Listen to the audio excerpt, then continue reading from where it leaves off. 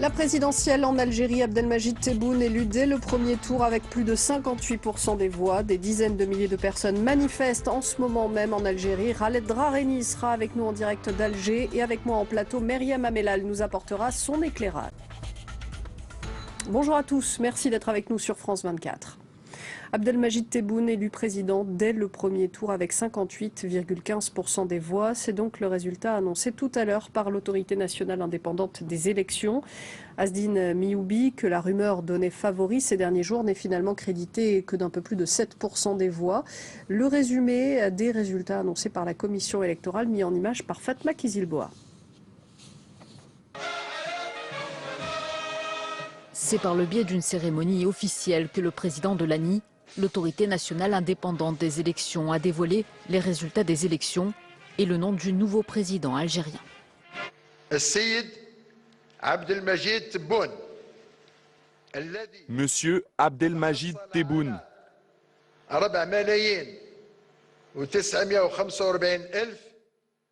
qui a obtenu 4 945 116 voix, soit un taux de 58,15%.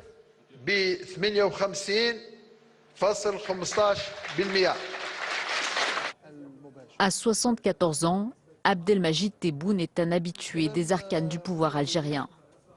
Celui qui ne fut qu'un éphémère Premier ministre de mai à août 2017 avait occupé de nombreuses fonctions ministérielles pendant 3 décennies. Collectivités locales, culture et communication, habitat et urbanisme, commerce.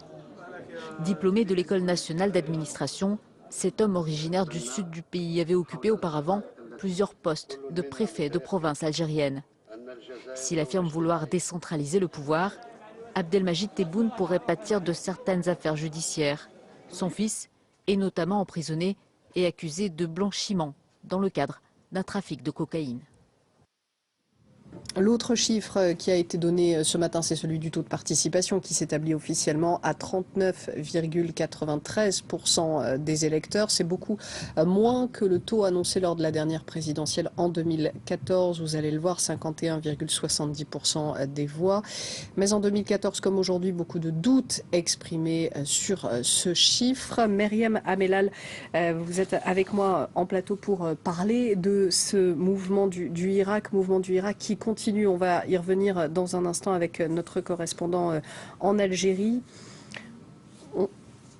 On va, Myriam, parler du Irak. Est-ce que le Irak, il va se poursuivre? Des dizaines de milliers de personnes aujourd'hui dans les rues à Alger, mais on le sait, cette présidentielle, elle devait signer la fin du mouvement pour le pouvoir. Est-ce qu'il va réussir à y mettre un terme, le pouvoir? Alors c'est l'objectif, vous l'avez bien dit, c'était l'objectif de cette présidentielle, c'est siffler la fin de la récréation, tout le monde rentre à la maison. D'ailleurs, ça a été annoncé pendant les résultats. Ce nouveau président, son élection est une victoire de la révolution du 22 février, c'est ce qui a été dit. Seulement de l'autre côté Hirak, on ne l'entend pas du tout ainsi. C'est tout le contraire. Et la détermination est très forte. On va entendre tout à l'heure Khaled Drareni, notre correspondant à Alger, qui parlera de l'ampleur de la mobilisation aujourd'hui. Mais déjà hier, elle était très importante. Elle semble très importante aussi aujourd'hui. Et c'est la réponse des gens qui sont sortis aujourd'hui dans la rue, crient « on n'a pas voté ». C'est ce qu'il disait, notre correspondant tout à l'heure. Une façon de contester aussi ce chiffre de la participation. 39,93% des voix, c'est beaucoup trop surestimé? Sans doute beaucoup trop surestimé.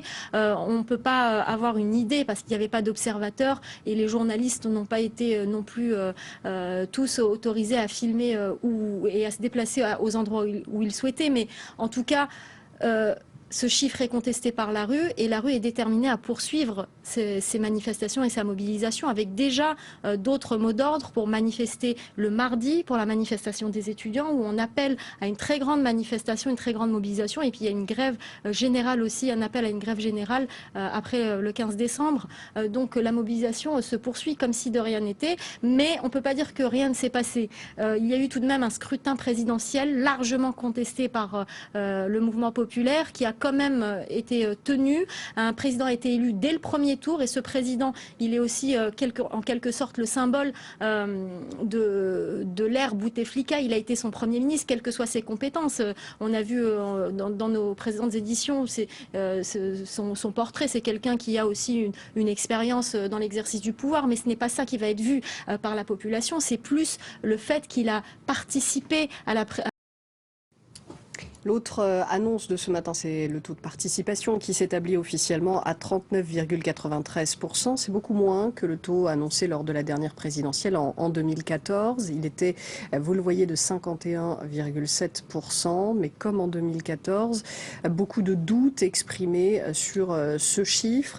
Myriam Amellal est avec moi sur ce plateau. Myriam, on va parler peut-être de la conséquence de cette présidentielle sur le mouvement du Irak qui dure depuis 9 mois maintenant et qui se poursuit, on l'a vu, avec des dizaines de milliers de personnes qui descendent aujourd'hui dans les rues.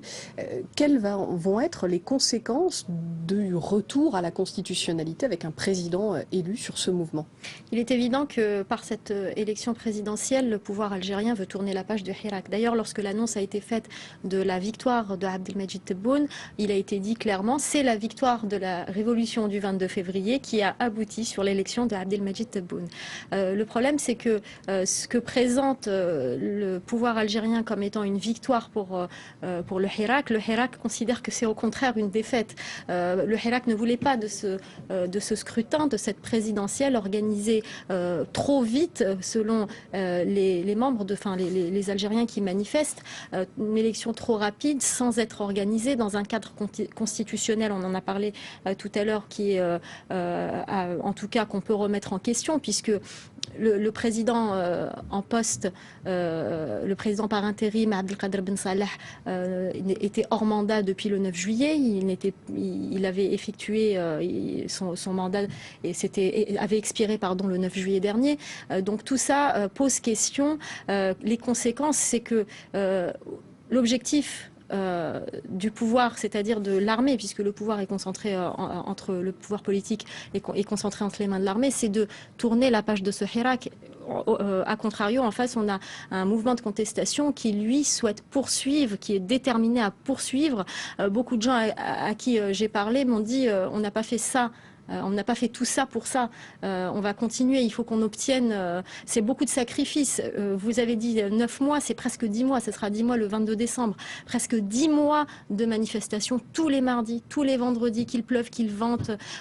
Pendant le mois de Ramadan, pendant toutes les saisons, il y a une mobilisation qui a toujours été là. La rue a toujours été occupée. Il est évident qu'aujourd'hui, abandonner les manifestations, renoncer à sortir et à contester, ce serait une défaite. Ce serait lâcher quelque part cette révolution et y renoncer. Donc il est évident que cela va continuer. Le pouvoir ne veut plus que ça se poursuive. Il souhaite tourner la page de ce Hirak. En revanche, est-ce qu'il y aura plus de répression? Visiblement oui. Le ton a été donné déjà hier et aujourd'hui aussi il y a visiblement un durcissement dans la rue. Donc il faudra voir les jours qui viennent comment le pouvoir réagit à ce mouvement. Est-ce qu'il veut vraiment que ça cesse, que les Algériens cessent de sortir dans la rue, ou est-ce qu'il va tolérer encore et encore jusqu'à ce que la rue se fatigue? Et comment réagira le Hirak à ces répressions du pouvoir, ou pas d'ailleurs. Et on aura aussi un mouvement de contestation qui devra s'organiser davantage. Khaled Rarni en parlait tout à l'heure, une grève générale. Notre correspondant à Alger. Notre correspondant à Alger, une grève générale probablement vers le 15 décembre, donc très prochainement. C'est aussi peut-être passer à une désobéissance civile. Tout ça, ça a déjà été évoqué. Peut-être qu'il y aura une autre étape que le Hirak devra entamer pour pouvoir poursuivre ce mouvement de contestation. On verra donc dans les jours qui viennent si ce bras de fer a vraiment lieu, si cette opposition entre la rue et le pouvoir se durcit. Peut-être on va se pencher sur Abdelmajid Tebboune. Est-ce que son élection, elle présage justement d'un durcissement? À quoi va ressembler l'Algérie d'Abdelmajid Tebboune? Est-ce qu'on le sait? En tout cas, elle ne sera pas à l'image de ce que demande le Hirak. C'est une sorte de continuité du système. En tout cas, c'est un visage qui est connu de la population algérienne. Il a été ancien Premier ministre du président Bouteflika. D'ailleurs, il y a une image qui a beaucoup marqué lors du scrutin hier, c'est le vote de Nasser Bouteflika, l'un des frères du président algérien, qui a eu un poste au sein d'un ministère de la formation, était secrétaire général au sein du ministère de la formation. On l'a vu voter, il a voté par procuration pour son frère, l'ancien président Abdelaziz Bouteflika. Cette image a beaucoup choqué parce que ça donne l'impression que c'est la continuité du 5e mandat du président Bouteflika. Alors comment légitimer cette présidence, ce mandat, lorsqu'on a l'impression qu'il y a une continuité? Ça va être compliqué. En tout cas, il est évident que Abdelmajid Tebboune va devoir donner des gages à ce mouvement de contestation, peut-être libérer des détenus d'opinion, peut-être organiser et proposer un espace de dialogue pour préparer une transition, pour que la prochaine présidentielle, le Hirak puisse avoir des représentants. Pourquoi pas? Il n'empêche que pour qu'il y ait ce dialogue, et Leïla Natrousse l'expliquait très bien tout à l'heure, il faut aussi que du côté du pouvoir, on accepte les concessions demandées au préalable par le mouvement pour pouvoir avoir une chance que ce dialogue s'instaure et qu'il y ait un début d'avancement pour ce mouvement de contestation. Et pour que le dialogue s'instaure, il faut qu'émergent des personnalités du Hirak, des porte-paroles. Et depuis, vous l'avez dit, presque 10 mois que dure ce mouvement, on n'en a pas vu l'ombre d'un leader et de quelqu'un qui pourrait être investi pour négocier avec le pouvoir algérien. Vu d'ici, Audrey, c'est très intéressant parce qu'on s'interroge tous pourquoi il n'y a pas de leader, pourquoi il n'y a pas de représentant. Il y en a eu quelques-uns qui ont émergé, qui ont finalement, certains ont été emprisonnés, hein, je pense à Karim Tabou par exemple. Mais vu de là-bas, les gens avec qui je parle, on a l'impression que ce n'est pas un problème. Le vrai problème, on me dit souvent chaque chose en son temps. D'abord, on se débarrasse des caciques du système et ensuite on pourra trouver, c'est pas ça qui manque. Voilà ce qu'on me répond. Évidemment, il faut qu'il y ait des représentants. Beaucoup me disent aussi qu'ils doivent émerger d'eux-mêmes, qu'ils ne doivent pas être désignés par le mouvement de contestation. Il faut dire aussi que ce mouvement est c'est une mosaïque de convictions, ce mouvement de contestation. Il y a probablement des islamo-conservateurs, des laïcs, il y a de tout dans ce mouvement de contestation, des plus jeunes, des plus anciens, voilà, pour se mettre d'accord sur des personnalités, ça risque d'être compliqué aussi. Et c'est pour ça qu'on préfère qu'ils émergent et que ces personnalités soient évidentes, mais le risque c'est qu'elles soient arrêtées, emprisonnées. Le risque aussi c'est qu'elles soient séduites par le pouvoir. C'est un pays où il y a une grande méfiance aussi. C'est pour ça aussi qu'il n'y a pas eu de leader Les gens ont peur de devenir le leader de ce mouvement parce qu'ils ont peur d'être soupçonnés, d'avoir été corrompus par le régime. Il y a tout ce climat de suspicion qui règne dans le pays depuis des années qui fait aussi que c'est très difficile pour une personnalité ou plusieurs, de porter la responsabilité de ce mouvement de contestation. Merci beaucoup Meriem Amelal. Ce mouvement de contestation, justement, on va aller en prendre la température à Alger où on retrouve Khaled Drareni. Khaled, beaucoup de monde dans les rues d'Alger et d'autres villes en Algérie après l'annonce de cette victoire d'Abdelmajid Tebboune. Oui, la mobilisation est toujours importante au centre-ville d'Alger. Les manifestants continuent de venir des hauteurs, des quartiers notamment d'El Bia, d'en bas, de Bab El Oued, de la Kasbah. Ils continuent à affluer vers le centre-ville, notamment la place de la Grande Poste, la rue Didouche Mourad et la place Maurice Audin. Une foule qui devient de plus en plus nombreuse et une présence policière encore plus importante que d'habitude. Il y a beaucoup plus de véhicules, beaucoup plus de véhicules, de camions à eau. On ne sait pas si cela augure d'une réaction cet après-midi ou peut-être demain, mais ce qui est sûr, c'est que la présence policière est extrêmement importante et cela va dans le raisonnement du système et des décideurs qui ont donc intronisé un nouveau président aujourd'hui et qui attendent certainement que cette révolution se termine parce qu'ils considèrent que cette révolution doit s'arrêter avec l'arrivée d'un nouveau président de la République. Quels sont les mots d'ordre de la manifestation du jour ? Alors, il y a une nouveauté, beaucoup de manifestants sont imprégnés de farine blanche. Ils ont des sacs de farine, des petits sachets, allusion à la cocaïne, parce que comme vous le savez, le fils du nouveau président était accusé de trafic de cocaïne. Il a été emprisonné pendant de nombreuses années. On ne sait même pas s'il a été libéré ou s'il est encore en prison.